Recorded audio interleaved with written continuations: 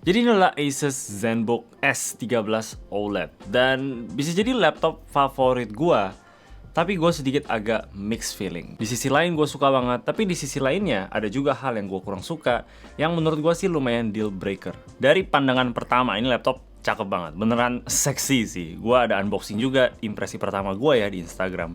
Dan gue beneran kagum sama desainnya dan feelingnya juga di tangan. Ketipisannya yang cuma 1 cm doang, beratnya atau lebih cocok ringannya yang cuma di 1 kilo doang. Layarnya yang OLED di 2,8K resolusi, tajam dan crispy banget. Mungkin the best laptop screen yang pernah gue cobain. Dan emang sekali kita cobain OLED kayak gini ya, bakal susah untuk balik lagi. Warnanya akurat, jadi untuk editing bakal enak banget. Dan juga untuk kerjaan hal lain kayak nonton, itu juga bakal mantep. Sayangnya ini masih 60Hz yang mestinya sih nggak masalah besar ya untuk apa yang laptop ini didesain, yaitu untuk kerjaan sehari-hari kayak kantoran gitu.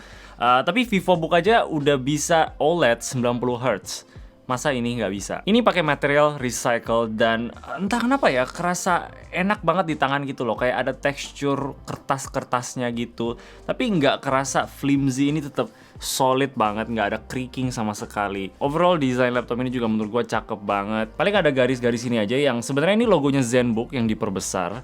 Paling itu aja sih yang gue kurang suka ya. Selain itu, ini termasuk laptop yang ganteng banget. Mekanisme hinge-nya juga salah satu yang terbaik menurut gua. Kita bisa buka ini pakai satu tangan, jadi lebih classy kalau kita lagi mau mulai kerja gitu ya.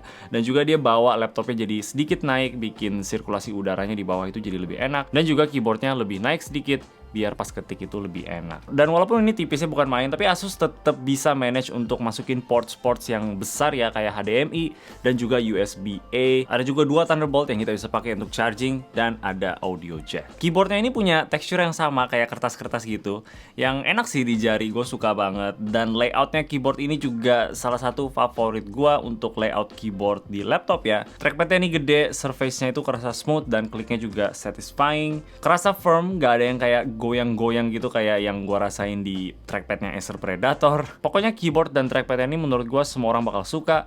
Gak ada komplain, terutama untuk orang-orang yang memang selalu pakai keyboard dan trackpad di laptop gitu loh. Webcamnya ini udah Full HD dan terlihat bagus sih ya, terutama kalau lagi ada lampu yang nyala kayak gini.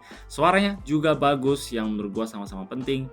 Dan ya, no complaint here. Jadi ini bener-bener kayak the perfect laptop yang untuk orang-orang on the go, untuk orang-orang kantoran ya. Tambah ini juga ringan banget. Kalau kita taruh tas itu bener-bener gak kerasa apa-apa. Baterainya juga tahan lama. Jadi kita bisa bawa ini potentially ya tanpa bawa chargernya. Bikin ini jadi lebih ringan lagi. Nah, untuk performance-nya ini sebenarnya nggak lemah kok. Ini pakai Intel Evo i7 generasi ke-13, lebih tepatnya i7 1355U, 10 core dengan 2 performance core dan 8 efficient core. Performance yang sebenarnya udah kuat banget dan cukup untuk laptop seperti ini, dimana kita nggak bakal terlalu kerjain hal-hal yang gila kan ya. Tapi sedikit mengecewakan aja karena performance ini tuh lebih rendah dibandingin dengan ZenBook S13 OLED yang tahun lalu yang kita cek juga. Dan emang kayaknya Asus mau korbanin performance demi bisa dapetin laptop setipis mungkin dan seringan mungkin, which gua bisa mengerti banget ya. Tapi ya setidaknya jangan kalah sama versi yang tahun lalu lah. Menurut gua kalau performance turun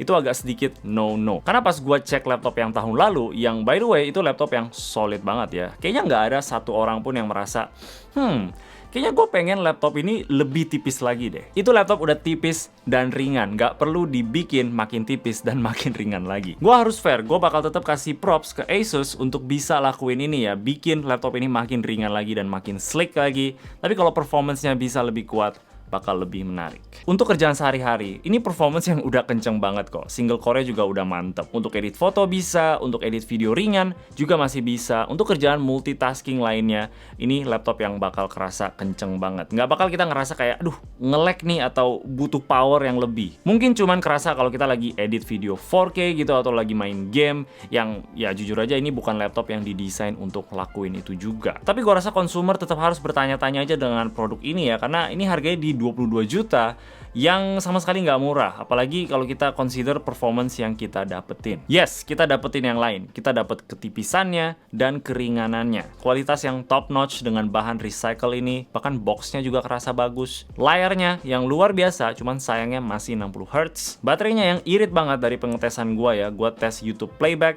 di 50% brightness dan 10% volume. Itu udah jalan selama 9 jam dan baterainya masih 50%. Battery life-nya ini definitely improvement dari generasi yang sebelumnya yang gua tes. Jadi ini laptop tuh bener-bener udah enak sebenarnya. Gua pakai dalam beberapa minggu ini untuk kerjaan yang ringan-ringan aja, of course, kayak ketik script dan lain-lain, browsing.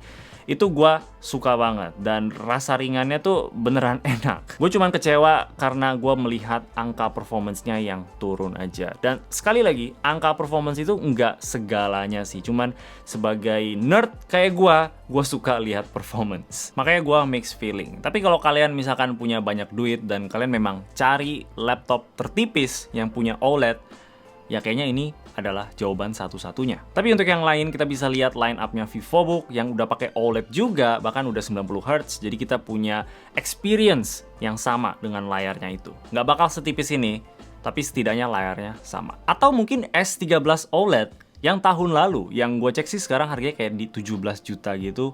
Tetap laptop yang solid, yang tipis, yang ringan, dan performance sedikit lebih kuat. Oke, paling itu aja dari gua. Kalau kalian suka sama video ini boleh kasih like dan juga subscribe. Thank you udah nonton. Bye-bye.